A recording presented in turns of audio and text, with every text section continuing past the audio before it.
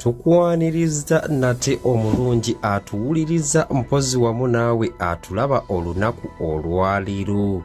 Eno ye puroguramu yaffe Mulengera we tukuleetera ebintu ebikuli ewala ne bikusanga ku sikuriini ya TV yo ewakaawo oba ku mulimu gwo.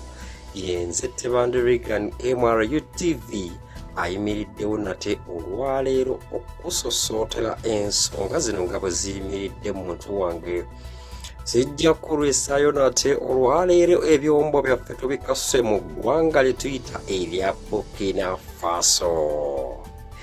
Tuli wano nno wennyini ku lukalu lwa Afirika ku mwana wa ku butaka bwennyini mwana tu obw'omwana bwobwe. Sigenda kulwisaayo nate nga we nakugambye tugenda kuba tukusosootera omu ku mukulembeze w'eggwanga oba omukulembeze akyasinze okuba omuto mu nsi yonna. Omukulembeze ono no si mulala, abamumanyi mumumanyi, abatamumanyi nzize nate okumubalaga era ng'erinnya lye ye Kapitaano Ibrahim, His Excellency Ibrahim Traoré.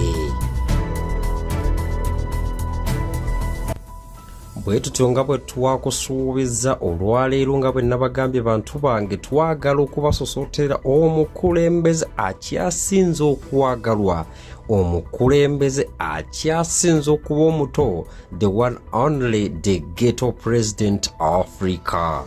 Ono omukulembeze yakamala mu ntebe emyaka giri 3 gyokka, naye ensi yonna yonna evunnamye olw'ebikolwa bye ebidduka obunnambiro ng'alonkinga kimu ku kimu buli lunaku oluyita. Ono omukulembeze kinajjukirwa nti ebbanga ttono nnyo ng'amaze okuwamba buli kimu akikyusizza, eggwanga ne liba nga buli kimu kyekyali lyetaaga kirifunye. Era we tuwogerera omukulembeze atuuse okwagala okuwaayo eggwanga alizze mu mikono gy'abannansi. Bwe bato ne beekalakaasa ne bagamba nedda ssebo weewaaca weewe tukyakwetaaga era tolina gy'olaga.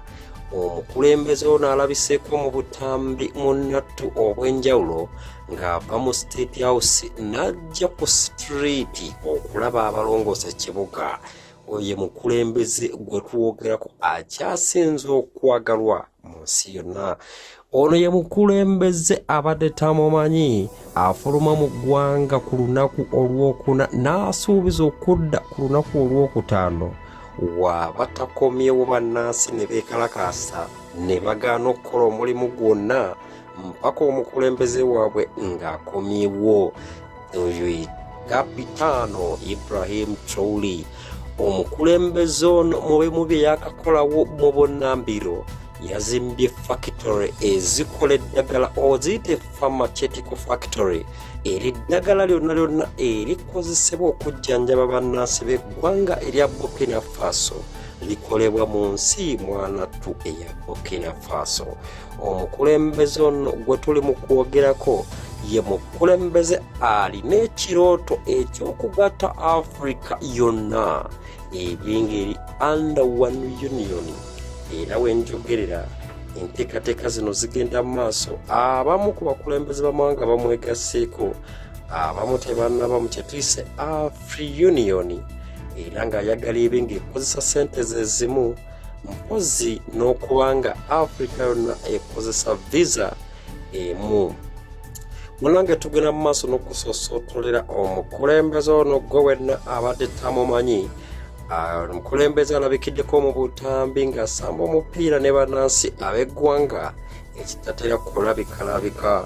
Omukulembeze ono kinajjukirwa nti ye buli lw'atambuddeko ebyobukungu abiteeka wali atambula n'abakuumi omu babiri lwe kiraze wali nnyo atambula n'abakuumi 3.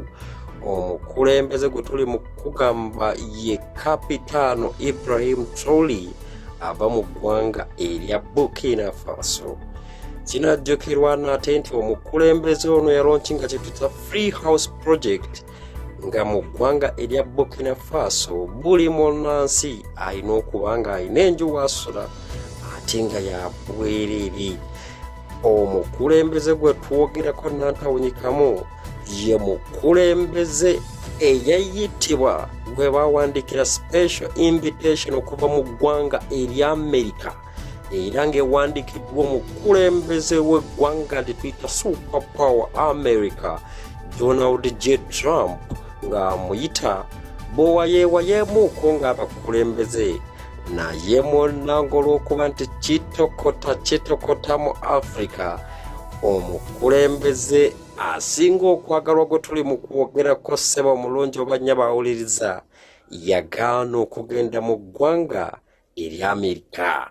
Oyo ye mukulembeze gwe tulina mu ggwanga oba mu Africa akyasinze okwagalwa. Kale nno bino n'ebirala ebisingawo ku mukulembeze waffe General Capitano Ibrahim Traore bye tugenda okuleetera mu katambi kaffe akaddako. Lindirira. Yenze Lucky Star Tebandi Reagan ku lwa MRU TV n'emikutu emirala. Mwebala okubeerako nga mutwekuumidde.